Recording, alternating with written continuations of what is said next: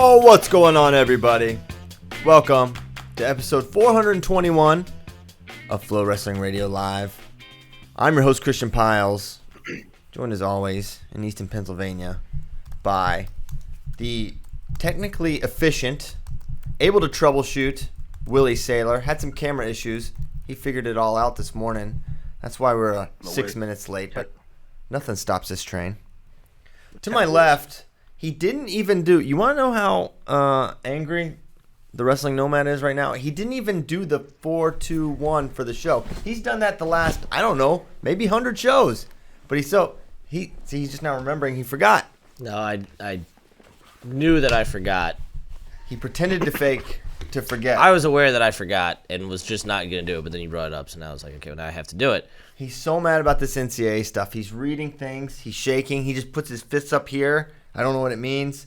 So there's a lot to talk about because NCAA sort of announced. Yeah, I know, Steve. We'll get okay. Well, normally you don't you're not Steve before you jump into things. I'm going to jump to Steve, but I want to explain your anger. I want people to know. People are worried about you, man. Jeez.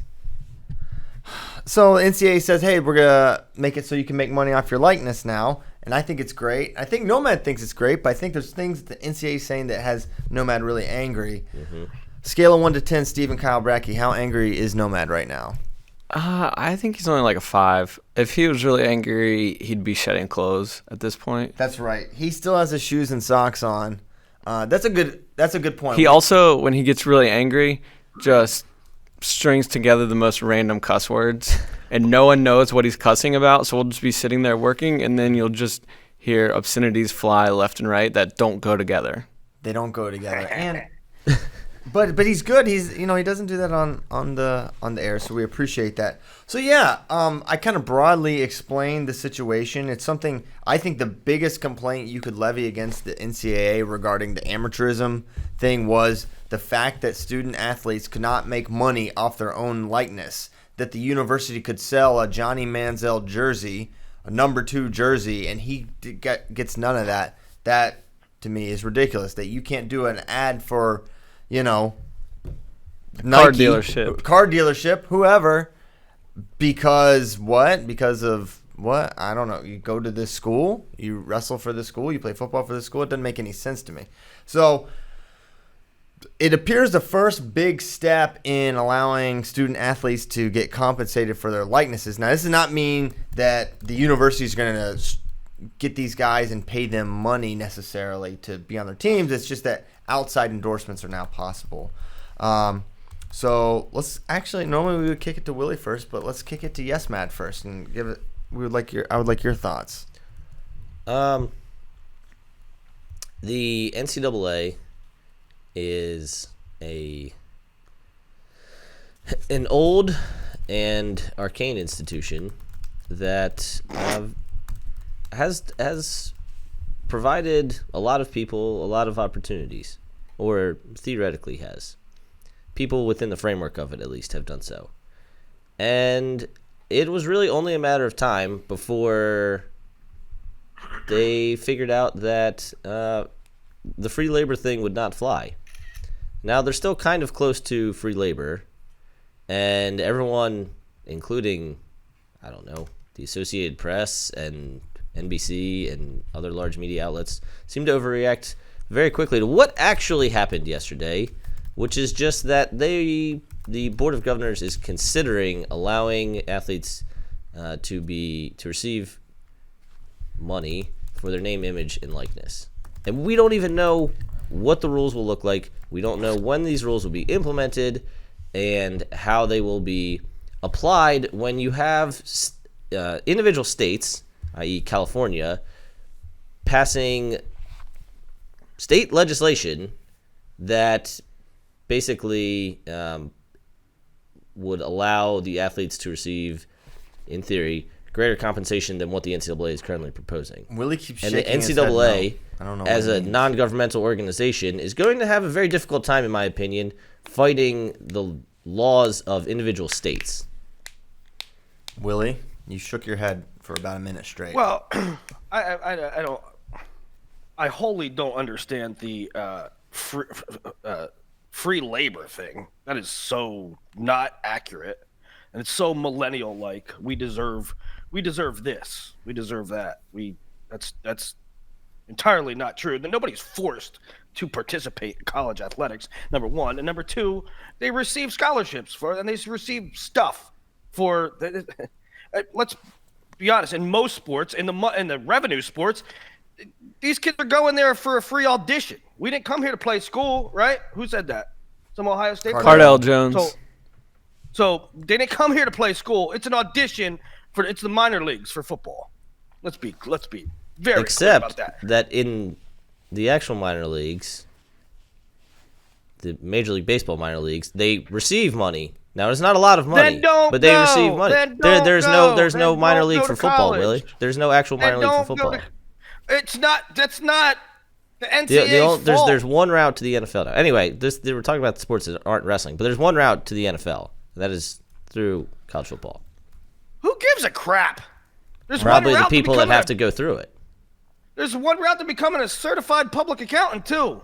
They don't get paid in college. I don't think so. I mean, you think there's many routes to being a CPA? I think there's many routes. There's many paths we can take to become CPAs. Okay, let's throw out For example, we deserve stuff. Let's throw out the we deserve stuff. I never used the word deserve. You made that up in your head. You're also talking about different things right now. Yes, that's correct. Labor. Yeah. Well, hold on. What you're talking, Willie? You're not talking about what Nomad's talking about. Correct. Nomad said forced labor, which is not true. Yeah, that's not true. That's true. It's not forced labor. Also, how about this? Here's the main issue. I mean, maybe it's not the main issue, but in the whole forced labor thing, that implies you actually make the university money. Do you know how few? Yeah. Do you know how few of these athletes in all the NCAA actually help the university actually make money? How few teams, even entire teams, make money? It's basically none. Right, for the most part. None. Yeah. A lot of those big. So forced labor. No one's making you go to practice, and the practice is not. It's not like you're sitting around and you're making a widget, and that widget is getting sold, and that's making money. You're doing a wrestling practice, and then no one watches you wrestle, or even if they do, it's not enough to. You don't actually make money, and wrestling's probably not even the best example in all this.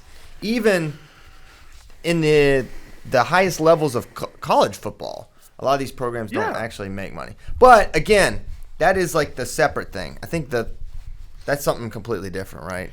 Steve and Kyle. Yeah, I just want to hit on some of the misconceptions I saw on Twitter, especially on our social media channels when we put this out. It said like, well, there go the smaller programs. I don't think that is going to be a thing whatsoever, because it's not. I think, and that leads into one of the other misconceptions: is this is not the schools paying the kids. Right. Yeah. The schools will still not be able to pay the kids. It is if local businesses or kid wants to, or because before you couldn't profit off your autograph. So now if you want to do an autograph session at a local store, you can. If you know.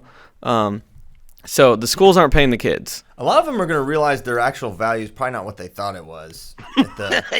Which is good. It is great. That's actually a good thing though. Like I'm sure that at first in like football and basketball, there'll be a couple like just outrageous deals because it's new. Yeah. It's just happening, and then the businesses and whoever else is investing in these kids is going to realize they're not worth that much, and investing in these college athletes is not the most profitable thing in the world. And then I think that was it. I think that's all I want to touch on. Yeah, but here's the thing, though. Well, okay, I got hung up on Nomad's forced labor thing, but here's the real. I didn't say the word forced labor. I said free labor, which are two different things. Labor. Free labor, still. I would still disagree that it's free labor. Most of it's not. Too early. For most of them, it's not true. It's too early for me to have any strong feelings on this because, as Nomad said, it's not a done deal yet, and the details aren't out. So anything that you really say about the topic about kids getting paid for an autograph or for a commercial, good point by Kyle. Not through the school. They're not getting paid through the school. But any criticisms or thoughts are a little bit premature because there's no law yet. There's no detail. There's nothing passed.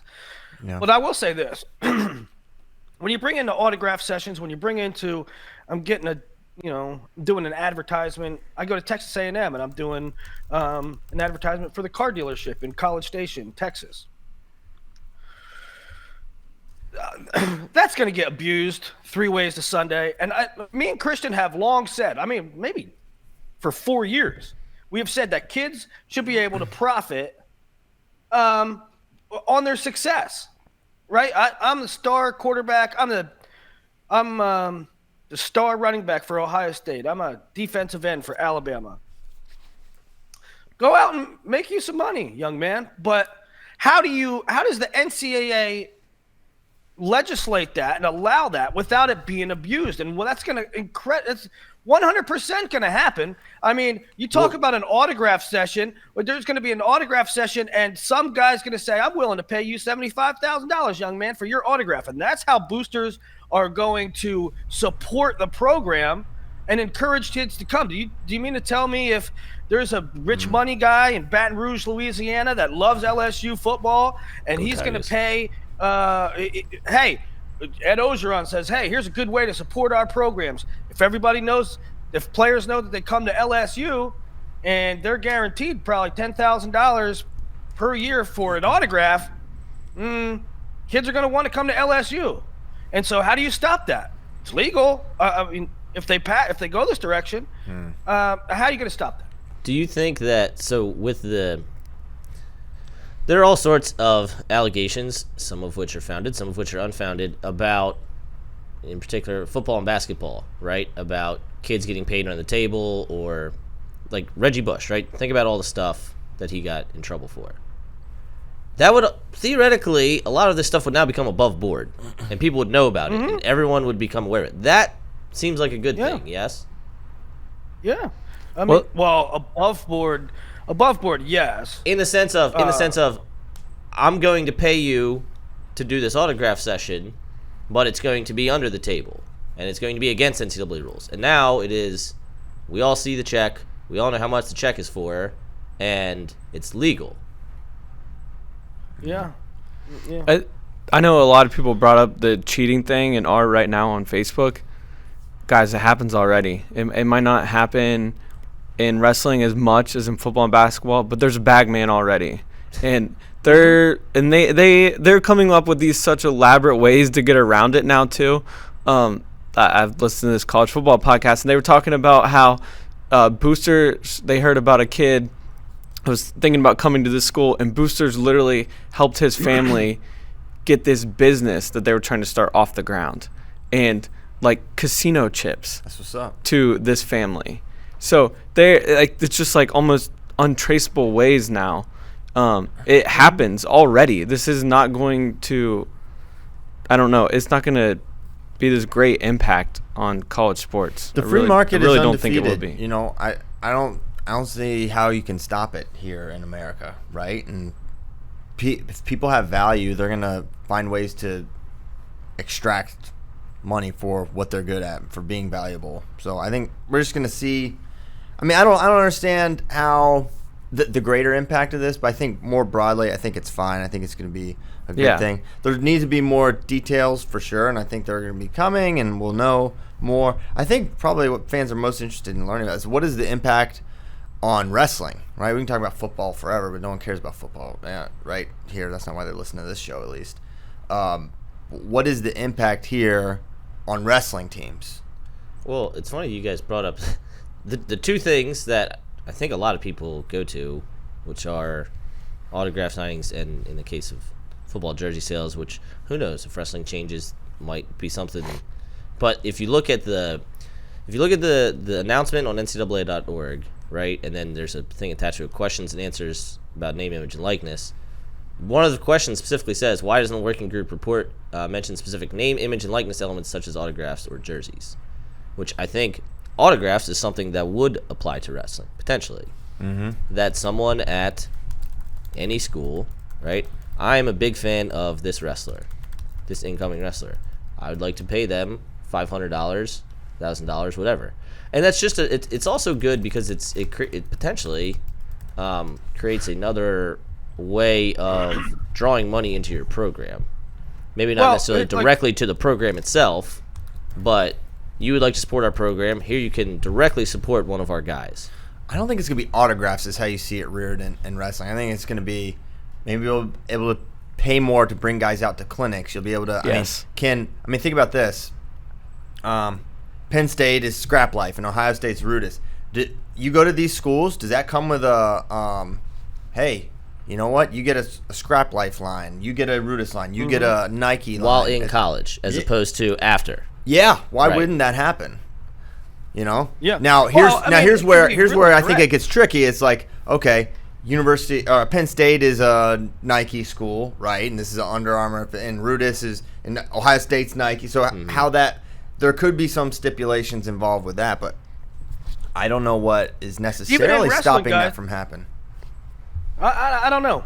I don't think the big I don't think the game changing rule here is going to be now Scrap Life and Rudis. Sure, great. Maybe somebody has a deal. I don't know. Maybe a Nike school Nike can start paying them. Whatever. I don't know. But I don't think we're going to be talking about autographs and jersey sales, and I don't think we're going to be talking about pictures and stuff. What's going to happen, even in wrestling, is Patrick Kennedy, Gavin Teasdale, Spencer Lee, Austin DeSanto. They're gonna do a commercial for Iowa City Chevy Bowman Dodge. Love it. I knew you were going there. And they're all gonna get a car.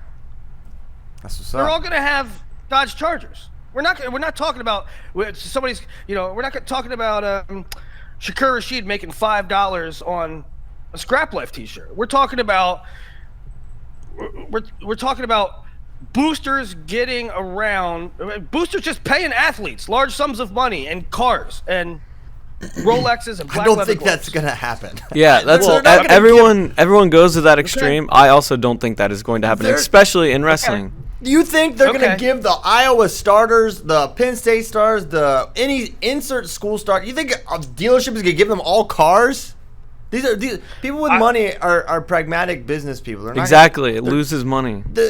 for what That- reason? Okay, so he's driving That is around not- in a. that is wholly not true. That is wholly not true that they're pragmatic businessmen. They're college fan crazies that give defensive tackles an Escalade in the SEC. That's fact. That's Let me know. Let me know. All right, we can talk. A couple years down the line, you're not going to see entire starting lineups given I didn't cars. say the entire starting Well, you lineup. named I- like 6 guys, including a guy that's still in Okay. high school. So I don't know what you meant. Well, I'm just. figure it out. Figure it out. Donors and boosters are going to be giving kids a lot of stuff that, right? We're not talking about image and likeness here. I mean, we're not talking about T-shirt sales. Maybe that We're talking wouldn't be. about Maybe that wouldn't be jerseys. permissible. Yeah, well, that's the Well, couple things about this. that's Is number one, we what don't I know said. the It's all speculation. the limits to which these things can go. Like, for example, could it be something like a political campaign, right, where there's a cap on how much you can give? So you can say you can have as many boosters as you want, but each individual booster can only pay up to, pick a number, $3,000 to an individual athlete, What if Spencer Lee's running for Congress? right? Well, then you should put together a super PAC. This could be big. But Oh, again, oh, Willie, slip if this you're quote. if you're saying that this stuff already happens, having it be above board could theoretically be a good thing. What I think the most likely outcome of this is, because we got, as Bracky mentioned, we got a ton of questions about the potential impact on small programs. I believe kind of having everything be above board will just create a harder stratification of the programs. And I think we could potentially see something like an increase in, especially in the revenue sports, an increase in, say, the number of divisions, where it could go Division 1, 2, 3, 4. And Division 1 is like, the top 30. And it could happen in wrestling too, where it's just It's these 15 programs. They're the ones who can bring the boosters in, and to get in the club, you got to show you can raise this amount of money to be a participant. And I think overall it will be a net good, because everything that is in the shadows or under could potentially come to light, and we could actually kind of know the true economics of college sports, even to the point of what Christian was saying, that a lot of you aren't worth what you think you could be worth, and that, yeah, in a lot of cases, football and basketball subsidize wrestling and baseball and all these other sports. Yeah. It actually could, and this is something I've heard a lot talked about in college football, it could actually help a lot of programs that have big money alumni and boosters. And the perfect example, and now they're having a really great year this year, is SMU. They have huge money boosters and have been really struggling since the death penalty. Now this year they're undefeated and in top 15. But like Duke, no scholarships. Mm-hmm. Now you have wealthy alumni, and you have a way to give these kids money when they're not getting scholarships at all. So if you have some high-end boosters, it might actually help a smaller program. And then, well, if they had high-end boosters, then why didn't they endow scholarships to begin with? It's not always that easy. Do you think that I don't think it's that simple. Do you think Duke is like, well, if we had the money, we would give you 10 scholarships, but times are tough. It's not a money issue. They don't want to give. It's the Title IX implications of. It's not about the money. It's about they don't want to have to add the necessary sports scholarships on the other side. Does Duke? What does Duke not have scholarships in football? we're talking wrestling. We're talking about wrestling. They have scholarships in other sports. They don't have scholarships. They have scholarships in other sports. Okay. But that's what we're saying. To create another path to providing money to the program that is not necessarily providing money to the check doesn't go to Duke Wrestling, right? It goes to one of the many fine silvers. Yes. In the form of whatever, a car commercial or ad. fine silver. Right. Yeah, or actual fine silver. Actual fine silver. You can literally the fine silvers can finally get what they were supposed to have. Fine silver. One last thing for me, because someone just said this on Facebook. It's like the rich get richer. Like it's only going to widen the gap. Do you the same programs are going to win national titles? It is not going to impact who wins national titles. Right. No. This has no impact on that. That's what. Yeah. Somebody asked me, and I was like, to be completely cynical, I don't think anything helps small programs other than trying to become a big program, right? Trying to bring the money in, and I'm sure a lot of these coaches are. Now they could potentially have, again, another avenue to bring money into their program. For me, the thing that I'm very curious about is, again, how the NCAA, a non-governmental organization, is going to be able to balance fighting state legislation. Because at the very bottom of their thing, one of their answers is the action taken by California, which California SB 206 is kind of the thing that kicked a lot of this off, which goes beyond just the image and likeness stuff. They said the action taken by California likely is unconstitutional. Meaning the NCAA is going to go to court to fight a lot of these things, which they've already been in court with, like Ed O'Bannon, and that's why EA Sports doesn't have college sports games anymore. So I'm just curious to see how the NCAA is going to be able to balance state legislation, and then how state legislation is going to somehow get on the same path, because one of the first states to answer the California one was South Carolina, which, surprise, surprise, is where Clemson is. All right, so we'll probably be talking about this for a while, and there's probably be a several-year process. A dozen years, yeah. Yeah, before this gets rolled out. So we won't spend the whole show on it. Yeah, why don't we move on? Have an Anthony Echemindia update via our guy Cody Goodwin. So here's the deal. What he signed was not an NLI. It was a financial aid agreement, which is non-binding. That's what I heard yesterday as well. He graduated high school later than normal, so the timing was weird. So Ohio State apparently found out about that and reached out and tried to recruit him. That's why he visited. And don't know where else he's visiting. I heard Iowa. But Iowa State is still very much in the mix, according to Cody Goodwin. That is the exact financial aid package. Is the exact term I heard yesterday. Mm-hmm. So not an NLI, financial aid package. So that's the only update on Etchemendia. I don't know if there's anything else to discuss there, but I figured that would be worth mentioning since we talked about it a decent bit.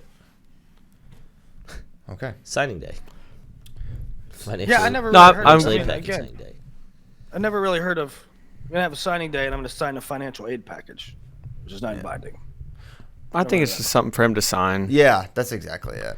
Yeah. I'm glad that you mentioned that Iowa State's not out of the mix. I'm not really sure where he decommitted thing came from because he never once said he decommitted. Right. Mm-hmm. So glad you're still saying Iowa State's in the mix. Yeah, for sure. So we'll see. Now, do we want to go with Nomad did his Hodge rankings, preseason Hodge rankings. Oh, I was stoked about those. staying in the I'm very cyclone ready. zone, Austin Gomez said he weighed 170 pounds. Oh yeah. So it's that's why he had to do the wrestle off at 41, but he will be down at 33 by wow. This is big. Yep. No DeSanto Gomez for the duel. Right. Son of a. They're screwed. That was bad. If that means what we think it means, which I imagine you're talking about, Why did he he'll do be down that? by CKLV, which is 2 weeks after. Man, that hurts. No. No. Why? Okay. Gotta be feeling good about that if you're a Hawkeye fan. Yeah, that's really good because he almost been your guy. All right, that's it, I guess. Although DeSanto then majored him in. Cancel the show. NCAAs. Cancel the show. Is Willie still there? Are you sad, Willie? Yeah, I'm here. Okay. I'm sad. I'm not. I guess I shouldn't. I'm not surprised. Okay. It's a bummer. Yep. Bummer there. All right. Now let's. I mean, we had heard a lot of these guys got big in the offseason. Gomez, Rivera. We saw it on the Final X trip. We saw it with our own two eyes. Yeah. Well, he was going with Chase Straw, who was an NCAA qualifier at 157, and it was pretty indiscernible who was actually bigger at that point in time. Who's the 157 here? He's the 157. Oh, but it's great news for our guy Todd Not Small, who's going to get the nod at 133. Still don't know how he'll make that, but It's going to happen. It's going to happen. I believe it. He's That's just- like that one time. That one time we were all somewhere, and we saw Lezak, and we all looked at each other, and we're like, "Well, he got to go up.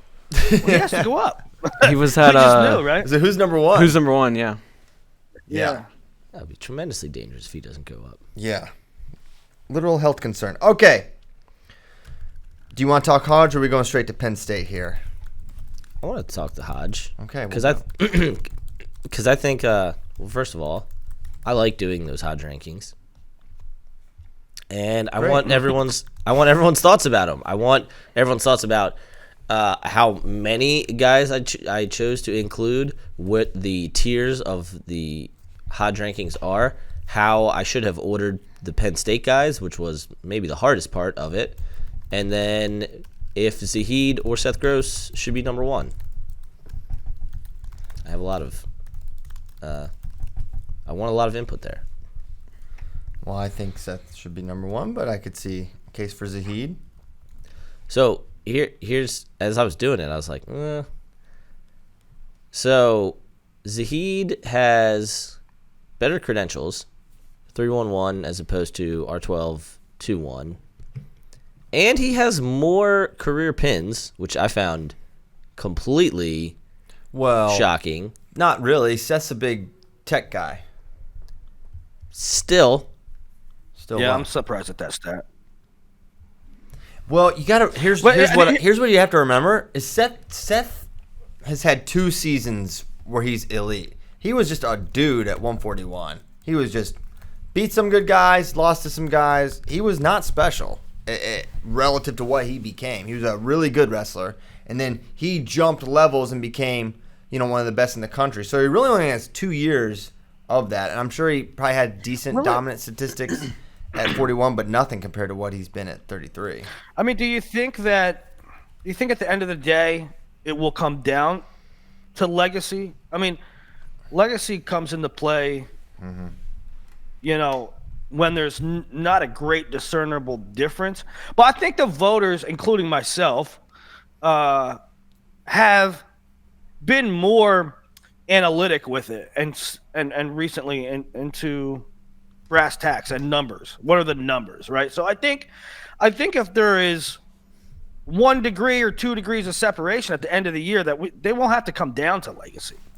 What if Zahid only wrestles like 10 to 15 matches? That's why I have him number 2. He can't win. Yeah. Well, I don't think you should. I don't think you should preseason rank someone based on the schedule you think they might have. I think you should rank. You should rank based on what you think. The preseason ranking is basically how I see it going at the end of the year. Oh, so it's not a ranking; it's your prediction. Yeah, but it is a ranking of my prediction. Rankings are by definition not. The first one is a predictions. ranking of Nomad's prediction. Except for Willie's crystal ball rankings. True. Which this is just predictions. This is copyright infringement of Willie. Also, Gross's bonus rate when he was at 141 was 30%. And it jumped to 83 at 133, and then 80 his second year at 133. Right, which is why I have him up, because clearly he's a different guy. Just the as Willie said, the legacy part, if you want to call it. But basically, for me, like when I do these as we get into the year, and I'll probably do, I don't know, half dozen of them. To me, it's very simple. There's 7 criteria, right? Number 1, record. Okay, so that makes it easy. I only look at undefeated guys. Then number of pins, that should be changed, because that's To stoppages. that's silly. Or stoppages or pin percentage, right? If I have 10 pins in 40 matches and you have 9 pins in 25 matches, right? Yeah. Math. No, I don't care. So what? That's good though. So wrestle more matches. What? You wrestle your team? If I wrestle, you could very reasonably wrestle every match, and what? You should start entering the Cleveland State Open to rack up some extra pins. You wrestle the schedule that your coach gives you. I guess so, but what I was thinking in the context of the Kyle Snyder year or the abbreviated year. No, for sure. I agree with that. But if someone does have, you're right about that, Nomad. If you wrestle the entirety of your schedule, and there are scenarios where guys, who is it? Some of these guys get 40 some matches. Some are if you do both CKLV and Midlands, and EIWAs and Big Tens, right? You do. Yeah, that's these other things. You hit some opens, like you could, which is what Askren did, and he literally admitted this.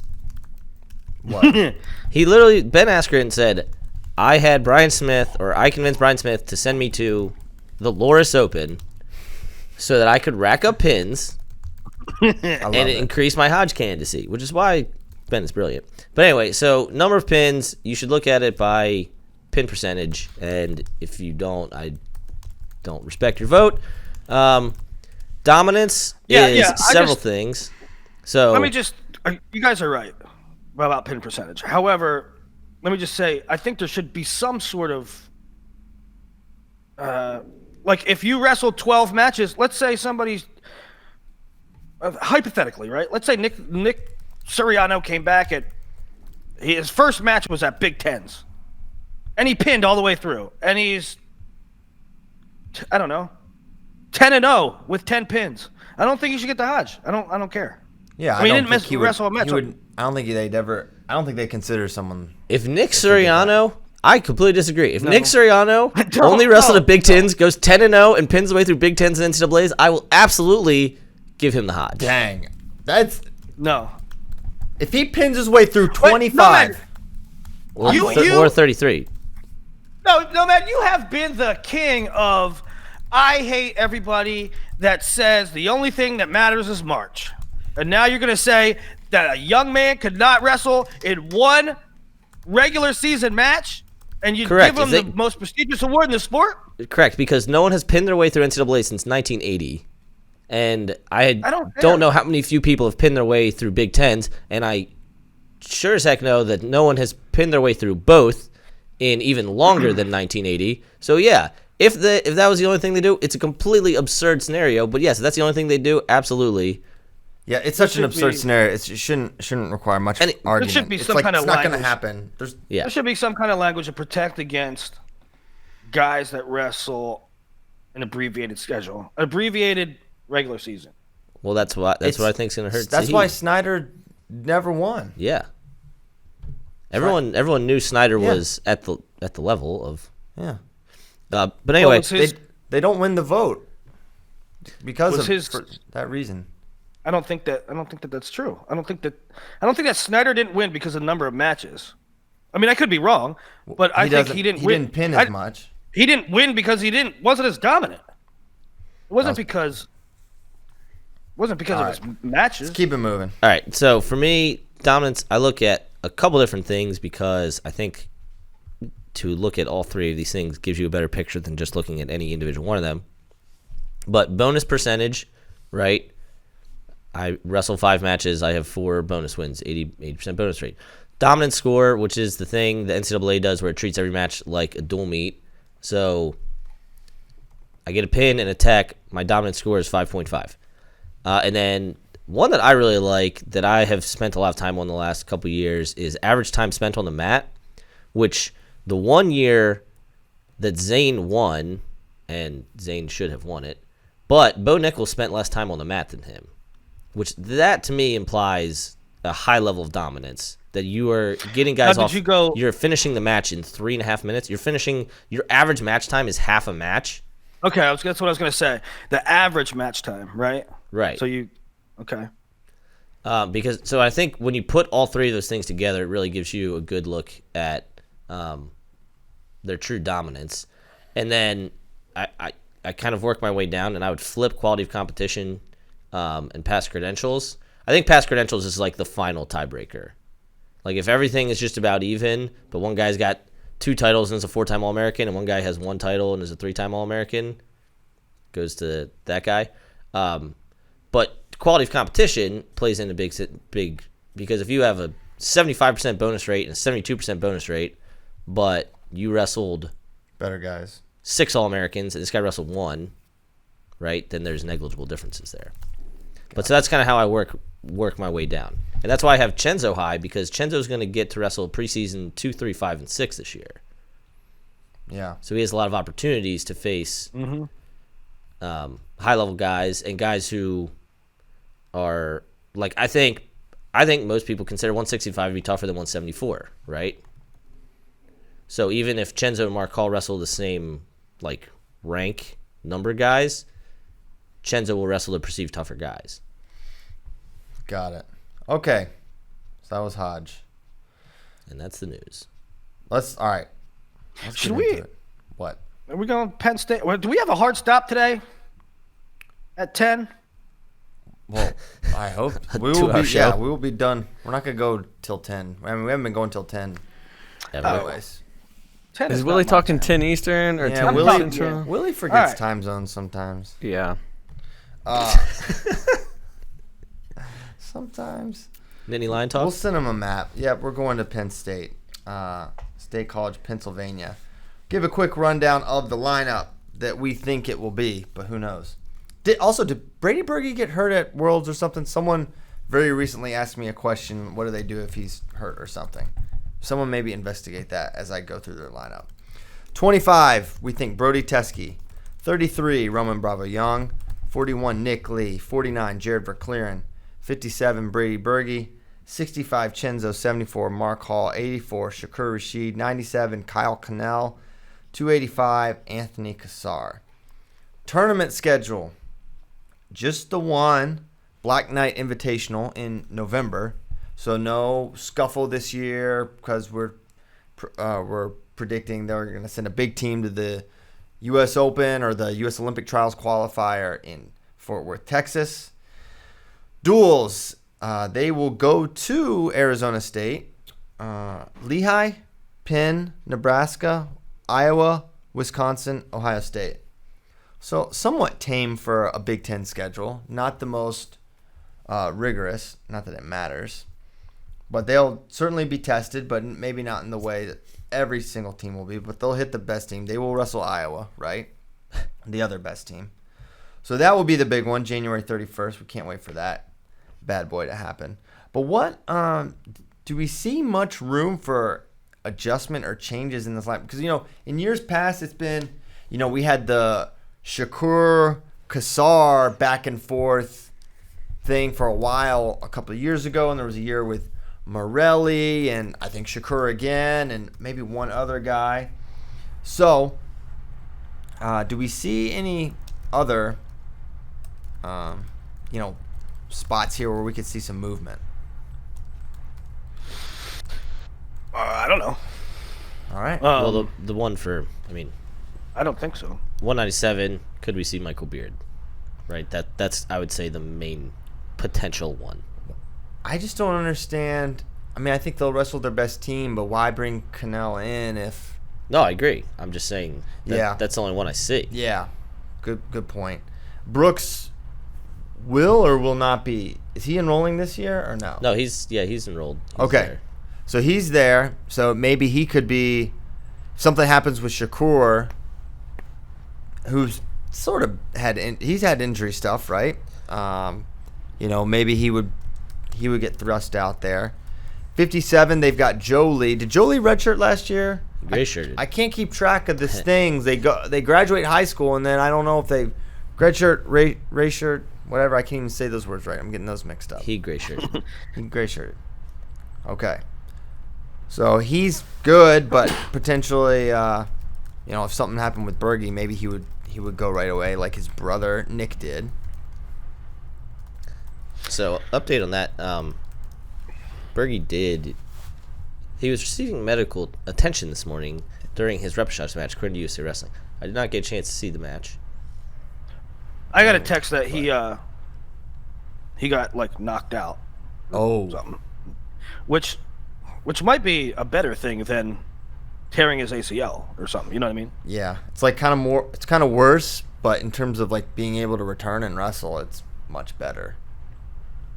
Yeah. Okay. So yeah, I mean, I think the Penn State lineup is pretty much set, and I don't know what there is to say other than that. On paper, they're the most dominant, and they should be in line for another title. I don't know. We brought up Penn State so much in comparing the other teams that we already sort of touched on some of these topics, but I don't know. They have their horses with 3 returning national champs or 3 former national champs. Mm-hmm. Nick Lee is at the top of the rankings, first or second. I forget what he is. He's second. He's second. Behind Demas. So a couple other guys that are either projected finalists or on paper finalists or within shooting distance of making a final, and then some other upside guys as well. I mean, I don't think for Clearin was around a 12 guy, although that's just a couple points. But they also have room for. I mean, but who knows what Connell is? Yeah. Been forever since we've seen him. So there's some up and downs there too. So some pluses and minuses. I just go ahead. I was just gonna say, when are we gonna really know where this gonna be tough for us to know where some of these guys, like RBY, he's not gonna hit much rigor at 33, right? Like he'll hit. I mean, Arizona State, who knows what they're gonna have. Boy. What? I'm just trying to figure out when his first ranked guy test or whatever will be. I mean, Nebraska, they're going to have Ridge Lovett, who Willie believes will be a top 5. DeSanto, Seth Gross. I wasn't even making a joke. I was just saying. And whoever Ohio State wrestles at 33. Man, it really might not be until Iowa. Which is January 31st. Yeah, he may not hit a ranked dude till. Well, who's Illinois have at 33? Duncan. So I mean, he's quality at least. So yeah, it's not so much ranked guys. It's because especially now they're ranked to 25. It's guys who could potentially knock him off. Right. And what about Berge? Pull up their schedule again. When's he gonna see? At 57, he'll have Ja'Cory Teamer. Wait a second here. Okay. They're This is their schedule. Navy, Army, ASU, Lehigh, Penn. 5 dual meets. So you're telling me that these dudes are going into January? Nope. You missed the Black Knight. Yeah, it's not. They're not facing Army. It's a Black Knight invite. All right. So it's a. I gotcha. That still seems like a really small number of matches before January.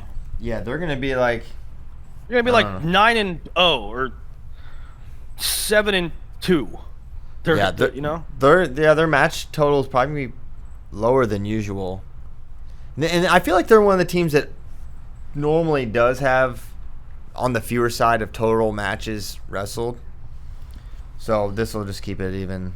But if they have, so Berge is looking at, potentially like Will Lewan and Luke Weiland at Black Knight invite, Ja'Cory Teamer against Arizona State, Josh Humphreys against Lehigh, Anthony Artelona, Penn, Ryan Deacon, Northwestern. Yeah. And that's it. The first 7 events. So he'll be tested for sure. So we will have a very good idea of Berge. Yeah. Okay. All right, that's Penn State. Let's go to questions from friends. They are who we thought they were. They are. They're very good. Hey, here's a couple tidbits. I was updating.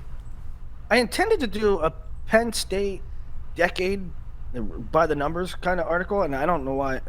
I kind of slipped my mind. I never got it done, but Penn State went 6-1 last year in the semifinals of NCAAs, and their winning percentage in semifinals for the decade went down from 87% win percentage to 86. Just an absurd number, and beyond the absurd winning percentage of 86% in NCAA semifinals for the decade is the fact that they wrestled in 43 of them. Yeah. They averaged over 4 semis a year, making 4 semis a year. And they basically win all of them. And they win 86% of them. If you want to target something, circle Friday night session 4 is where Penn State wins its national titles. Yeah. They went 37-6 in semifinals last decade. The NC2As. 37-6. That's crazy. And then I'd like to know their Big Ten 11. semi-win percentage. Probably less, huh? I bet it's not much better than 86%. Yeah. And then they went 26-11 for a 70% win percentage in the finals. So I never did the article, but I had that much information and thought, say no on FRL. All right, questions. Todd Shavrin, beast from Missouri. With the recent NCAA decision, how wild do you think RTCs will get? They start being able to pay current student athletes like they do post-grads. Now, this is one area we didn't really discuss because I don't really know how this could impact RTCs. Theoretically, it would seem like they would be able to pay, right? Mm-hmm. Which does kind of point to the arms race, rich get richer, doomsday scenario that is kind of painted. Because some of these teams have millions in the bank for their RTCs, right? So what is stopping them from saying, hey, blue chip recruit, you come on here, you're on this wrestling team. I don't know. That's insane. Yeah. That could, again, also, though, theoretically help. If you're saying 9 through 12, maybe they now have a little more money to give guys. Like, I guess I don't think it impacts 8 through 15. I think it helps 8 through 15, and I think it hurts like 16 through 30, if that makes sense. I think it's more likely 8 through 15 now finds ways to get money to guys, and it kind of creates a separation of a tier. I don't know. You know what? And I mean, I hate to be definitive on any of this, and because I don't know. I just don't know. I mean, are they going to be able to pay Are they gonna be able to pay student athletes to work camps as much as they want? I mean, what stops a rich donor? What stops a guy in Iowa or Iowa State, whatever? Let's say Iowa State has this mega rich guy that says, David Carr, do a camp, and I'll give you $25,000 to do the camp. I mean, there's so much that you don't know. So I don't know how it helps or hurts anybody, really. All right. From Pete Saylor, who I think is Willie's uncle. Can you confirm this is your uncle? This is my uncle. It depends what the question is. What was the most bizarre item you received while trick-or-treating? I think it's a good question. And when I saw this question, I thought of one wrestling nomad. I know no matter what he says, he's either going to say something weird or he's going to say, I never went trick-or-treating or Baltimore outlaw. I never got weird stuff. Never got weird stuff? I mean, I definitely got fruit. I mean, I got a raisin and an apple, but that's everybody. Who does, especially in Baltimore. Got like a toothbrush before. Toothbrush, wow. Like the little mini ones. When you go to the dentist's house. Get out of here. Get out of here. Come on, dude. Oh, yeah, I didn't have a toothbrush till now. One time somebody made me do a trick to get the treat. What did you do? What was the trick? Yeah. Here we go. I believe I sang the Days of the Week in Spanish. This the way we learned the Days of the Week in Spanish was like a little song. Yeah. Is that a trick though? Is that a trick? I was completely taken aback. Who's I was the like trick 9. So what's the joke? So what's the joke here? I was completely taken aback. I was like, what? What are you? Okay. Yeah. Wow. Here we go. Christian said you would have a weird story, and you have a weird story. Yeah, just sing the Days of the But Week. I don't in think Spanish. that's that terrible. But It's not terrible. It's just a weird move by your neighbor. Do you guys remember Willie's, speaking of trick or treat, Willie's awful Halloween take? I don't. From a few years ago? Remind me. He said trick or treating was stupid and that kids shouldn't want to do it. That's what I was just about to say to freaking Nomad. I mean, if you show up, if I ring the doorbell, ding dong, trick or treat, hey, sing the Spanish Days of the Week in Spanish. For a mini Snickers, go F yourself. I'm going to next door. Well, I remember. Yeah, but no, Willie said, why don't you just go buy candy? Yeah, Willie was like, just go buy candy if you want it, and then you get candy you don't even like. Just go buy the candy you want. If you're a kid, there's nothing more fun than getting to dress up as something and then just run around the neighborhood being a hooligan, getting all this candy. Dress up like Cal Ripken Jr. You go door to door, you get all the Snickers, you get all the Twix, you get all this great stuff. It's fun. Why would the fact that Willie could not identify why an 8-year-old child would enjoy that process of dressing up like their favorite thing and then running around with their friends getting bags full of candy, that is a mystery to you, Willie, why someone would want to do that. It says more about you than anything. How about just the act of taking the bag and flipping it over, right? Oh, I remember just spilling it out. Just being at my friend Mikey's house, we just had this pile of chocolate everywhere. Yeah. I used to take a pillowcase. Really? Pillowcase is good. It's got depth. It's heavy. Yeah, it can withstand a lot. Too. Yep. Yeah. Especially good. All right. Yeah, so, I don't know. So I mean, basically every day you take, you go to you have your kids, you go to the gas station. All the things that you would want in Halloween are right in front of the gas station cashier. I don't know what is not detonating. What? You go to your mind. It's like if I had kids, I'd go to the gas station. I'd say, trick or treat, guys, knock yourselves out. I did have a very minor freak out the other day.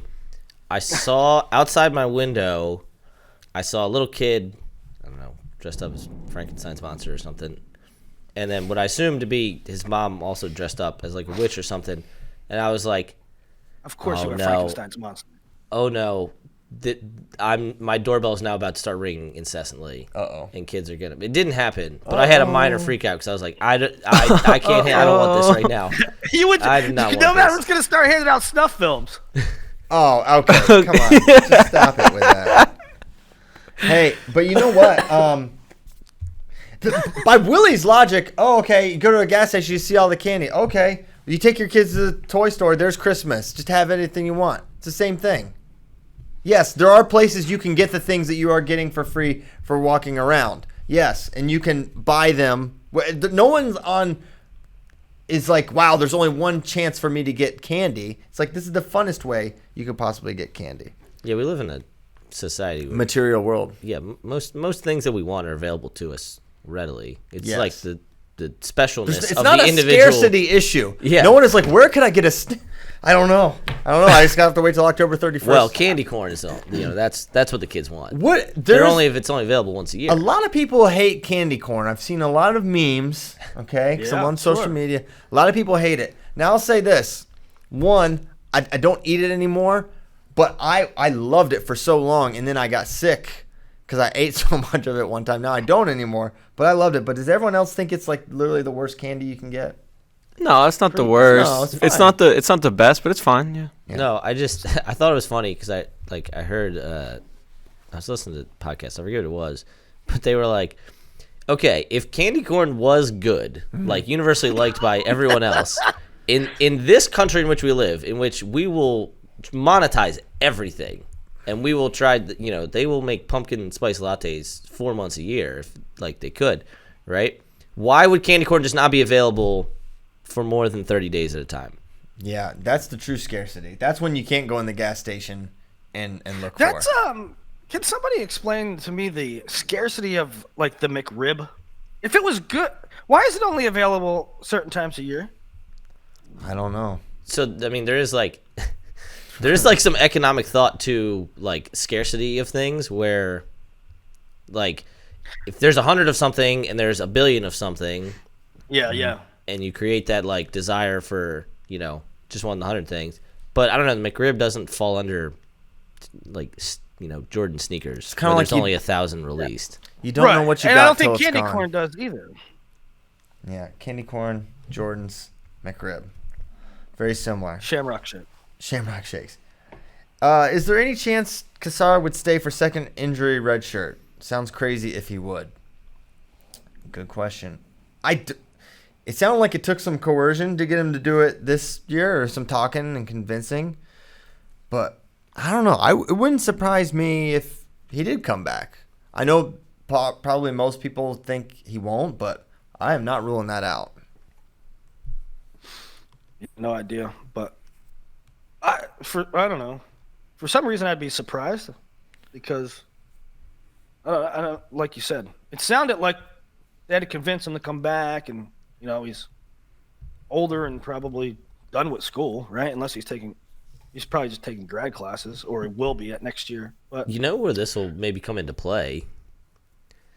Because for a while, I had this thing where I'm like, why do fans just assume that guys are going to take 6 years? That means that their body was hurt enough to miss an entire year, which that doesn't seem fun.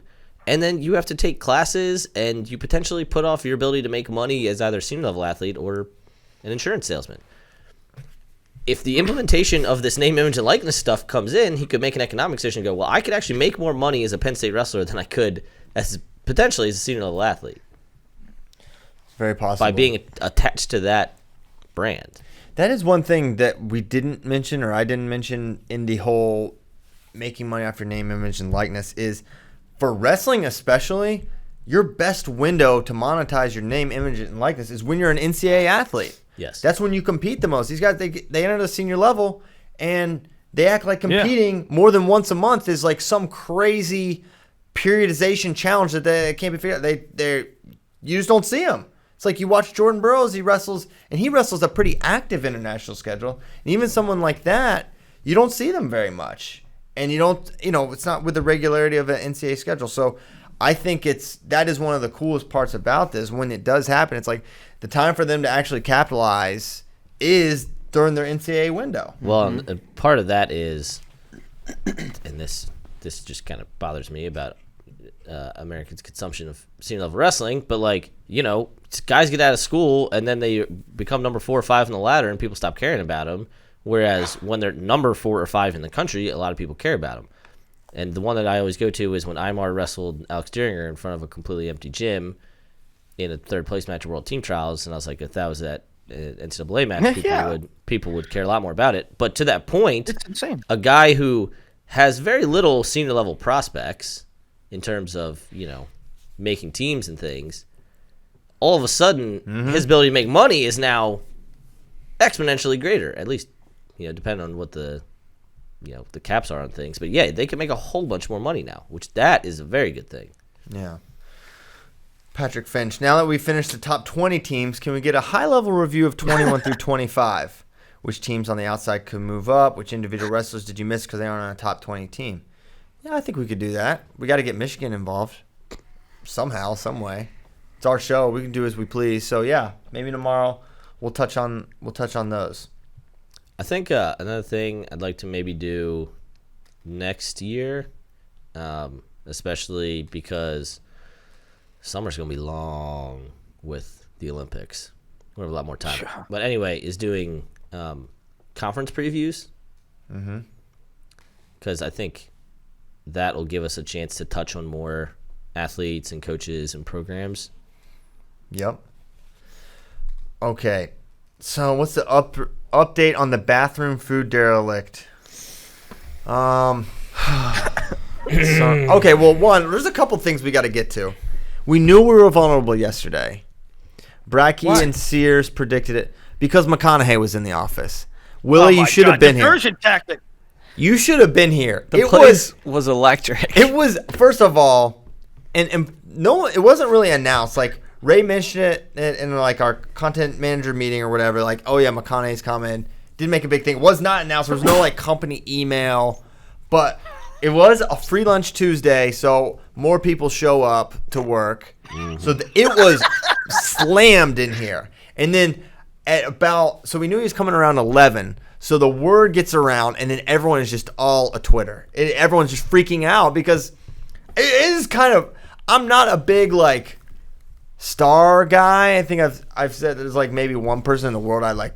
Hey, can I get a picture, autograph, or whatever? Kind of fanboy out for. And so McConaughey's who not was that? If I saw Jocko Willink on the streets, I'd be like, man, hey, can I get a... I thought you were going to say Tom Brady. But No, I wouldn't even for Tom Brady. I wouldn't. McConaughey is...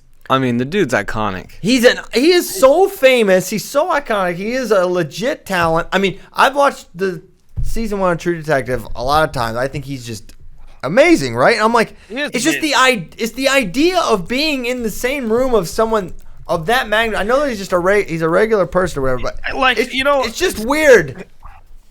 Yeah, he's just special. I mean, did you ever see his Lincoln commercials? He's the one guy I don't even understand advertising. Like the only thing I get about advertising is that if you put your brand out there enough, people will go, okay, I should eat a Snickers. Or like, I'm hungry, or Gatorade. I go to the gas station, I'm thirsty. Okay, maybe I should get a Gatorade. I get it, right? It's just I never understand the gimmicks. I never understand the commercial itself. It's like this is not persuading me to get a Buick. But Matthew McConaughey, his Lincoln commercial, just hearing him talk, I don't even know.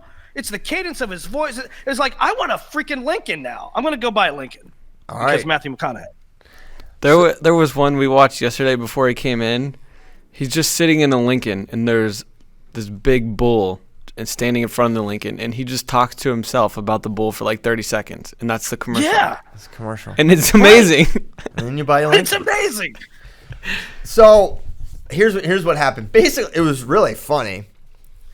And it was surreal, like watching him like talk to people we know for like an hour and a half and be in a conference room we meet in all the time. It's like, wow, he's just sitting there. He kind of put his legs up on the table. Total McConaughey move. But it was funny because like when he comes down, it's like all of a sudden like we have a little kitchen, like a kitchen area and food section. So all of a sudden everyone's microwaving their food.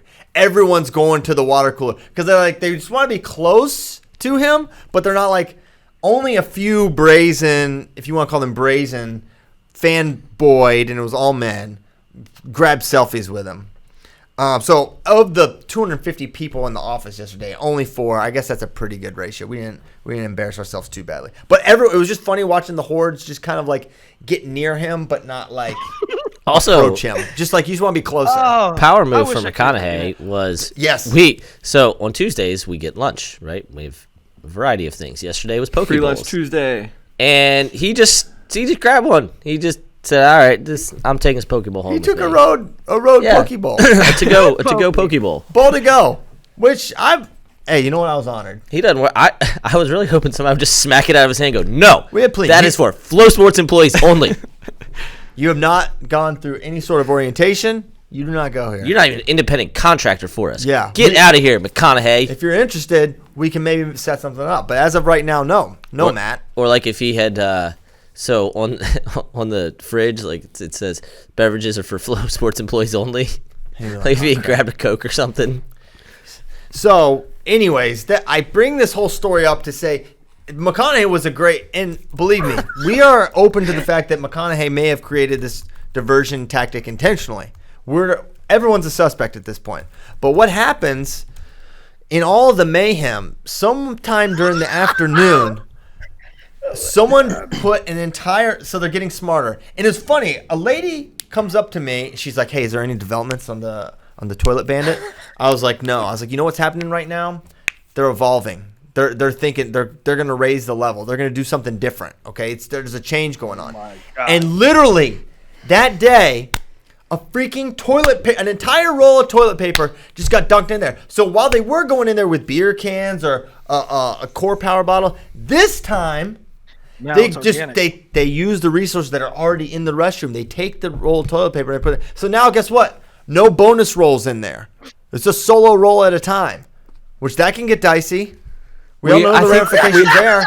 We think we have a time frame though. We think we have a time frame. A pretty tight time frame. It's somewhere between 11 and 2, we think. Which is tighter than the time frames we've had. Time. Yeah, but the problem is that it's high volume time, so it's very dense with usage, comings and goings, more goings, as Nomad famously said. This is the greatest story. This is the greatest update. McConaughey. Okay, so let's be clear. McConaughey was used as a diversion. Yes. And, also, they're using resources from within the room. Mm-hmm. And everyone was dressed up yesterday because it was a stupid Halloween party. Everyone was excited, taking pictures. Some guy was dressed as a giant poop emoji, which made Nomad quit. I quit. He actually doesn't work anymore. I handed my resignation letter to CP and gave my laptop to Bracky. It said, "I, Dan Lobdell, resigned from my post at Flow Sports." And he signed it. I didn't have enough room because it was on a final X note card, so I didn't have enough room to say effective immediately. But I promise you it was effective immediately. Yeah.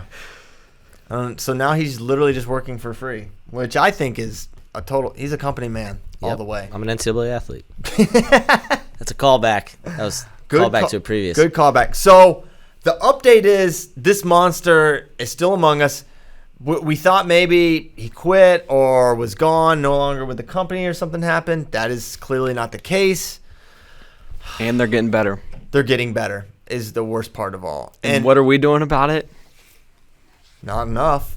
Jack crap. Can I understand, because I'm not there. Can I understand the reporting of this, right? Like if somebody sees a beer can in the toilet, right? So it went like pickle, hot dog bun, or something like beer can.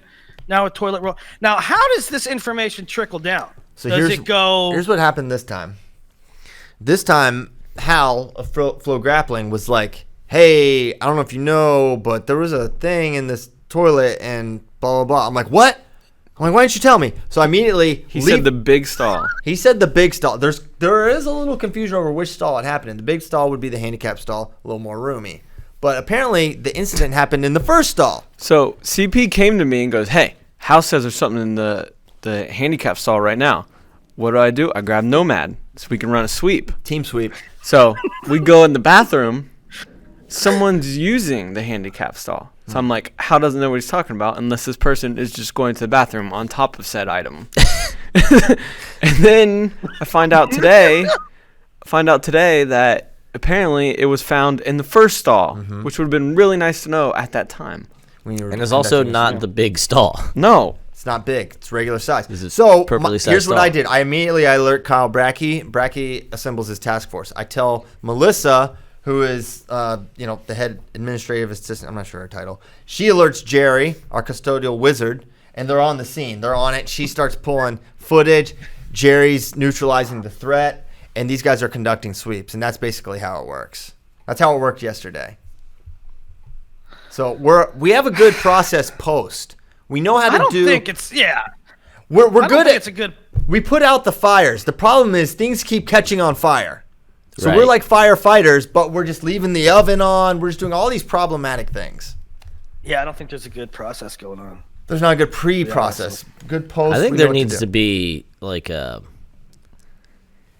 I shudder to say this because of the lack of toilets, but we might need to have a sentry posted at the bathroom at all times, I mean, this is and where one we're person at. allowed in at a Yes. time. One at a Yes, time. and like a logbook, like a logbook. Yeah, I mean, that's actually kind of a pun, isn't it? Oh, stop. Jeez, I knew you were going to say that. Dang it.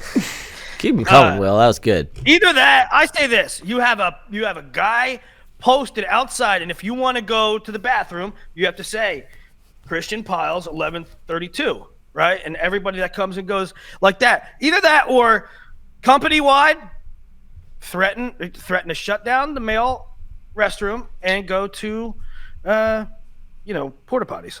Oh With a couple my porta gosh. potties outside. Hey, that's the punishment. Yeah, but you're punishing everyone for the sins of one man.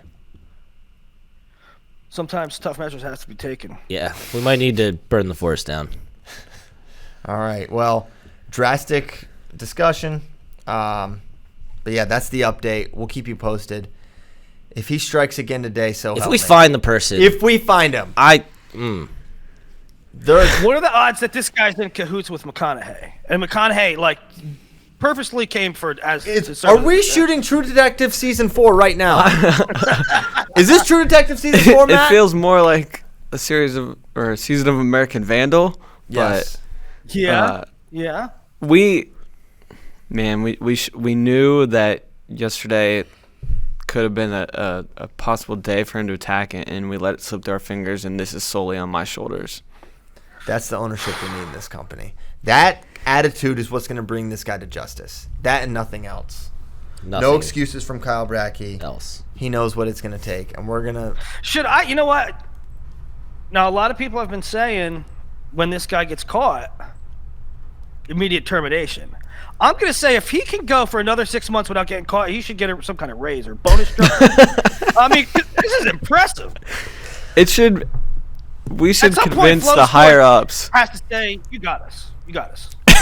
Good run. We need to convince the higher ups that when we catch this person, he has to sit down with us, let us turn the cameras on, Yeah. and then he walks us through how he did this. Someone told me yesterday at the Halloween party, someone up there was like, you should be the one that fires him. I was so excited. I was like, no, we're going to do this on the radio. We're going to bring this perp on. Except I don't know why if he was getting... Well, he wouldn't be fired at that point. I want to do like a Scooby-Doo reveal. Okay. Like they're handcuffed and we rip the... Rip the mask off? Yeah. Except he's not going to wear a mask. We'll put a trash bag, or not trash bag, suffocation. One of those brown grocery bags. No, we want suffocation. But not pre-firing, Nomad. You want to fire a dead guy? I might waterboard this Oh person. my gosh. What if we just started waterboarding people to try to figure out who Nomad's it is? torture corner. Yeah, Nomad, big torture guy. He's been on the record for years that he thinks, what cruel and unusual. He's like, what's wrong with cruel? A little cruelty. A little. How many earpiece. How many bones are in a hand? How tiny could you slice a finger? Oh boy. All right, we're You getting, take one yeah, piece we off get at a it. time, We get it, dude. You got. then send it to their family. You're into. Jesus. Oh my gosh, I don't even know if I want to do any more questions. I Yes, think- more questions. More questions. Okay. Why don't we? Well, Gene wants us to rank the best and worst candy for Halloween, which is basically what's your favorite candy? Because at this point, they're kind of putting everything in there, right?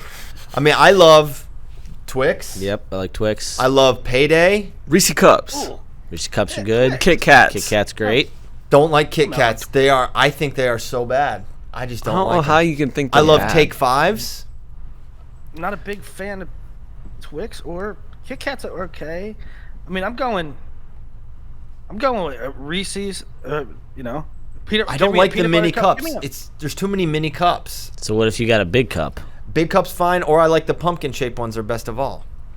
They have the best chocolate to peanut butter ratio, better than even the Big Cups. They're just You know what I'm a fan of? How do you guys feel about Zagnut? No. A little coconut in there? I don't like I'm Zagnut. down with it. I like I that. don't like know that I know what Zagnuts. that is. It's for older people, I think. Like What about what about those candies that you're like are at grandma's houses where they're wrapped in like orange and brown. yeah. Well, What are those horrible yeah. things? Those suck. Those are terrible. Those. Who is like in charge of making those? I saw it on Twitter the other day, No. and somebody's like, "Where do grandmas get these? They got a dealer? What's going on?" Yeah, you can't find they those in brown? a store. So those would be my favorite. Got a dealer. I'll tell you what. No, here's at the top of my list. That is the worst. Starts and stops.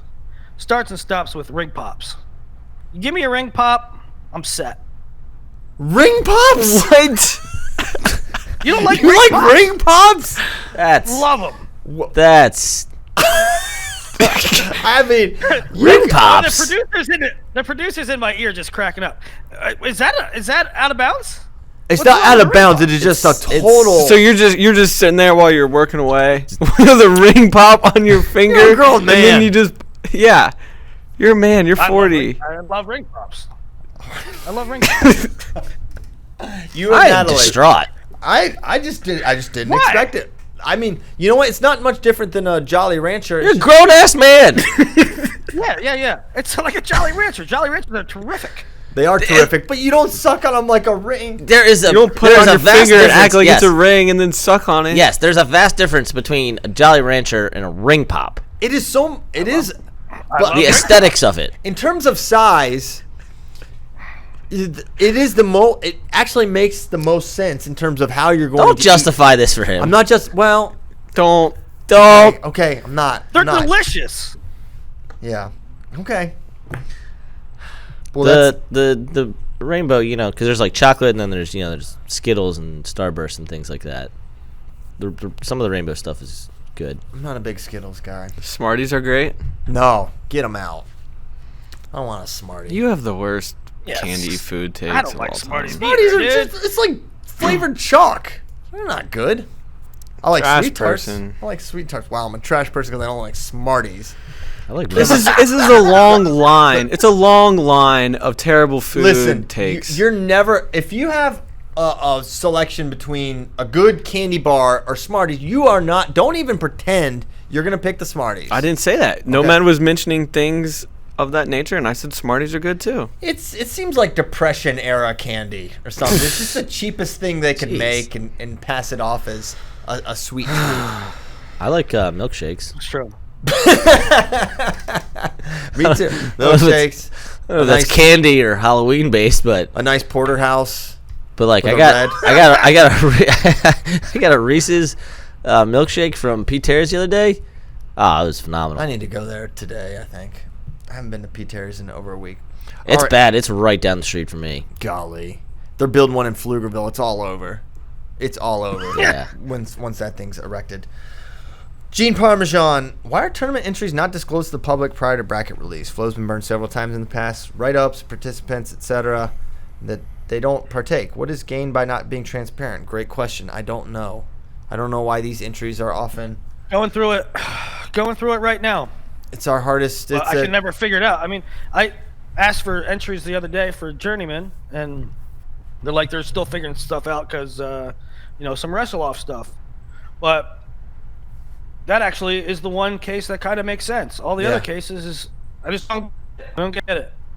Well, we're not sure if we're gonna who we're sending. Yes, you do. Yes, you do. Yeah, you know. So yeah, I don't know why. It's just one of those weird things. You don't know lineups. I mean, it's crazy. I don't know. Has Rutgers released their starting lineup for this? I've been trying to get that information. Can't get that. It's like any other sport. You don't really have to fight to find out who's going to be participating. The lineups or whatever. And if you do it, yeah. Anyways, I don't have to get into it. So no, that's it. Okay. There's one I want to answer just because take 2 seconds. Mike Concho. at CJ Camp _. If Bo wins U23s, does he get an automatic bid to the semis and trials? No, but he does get an automatic bid to trials. U23 World Champ is an Olympic trials qualifier. And So go, Bo, go. he is the only men's freestyler in the finals. Muhammad McBride got 5th. Kirk Fleet has Mongolia in his bronze medal match.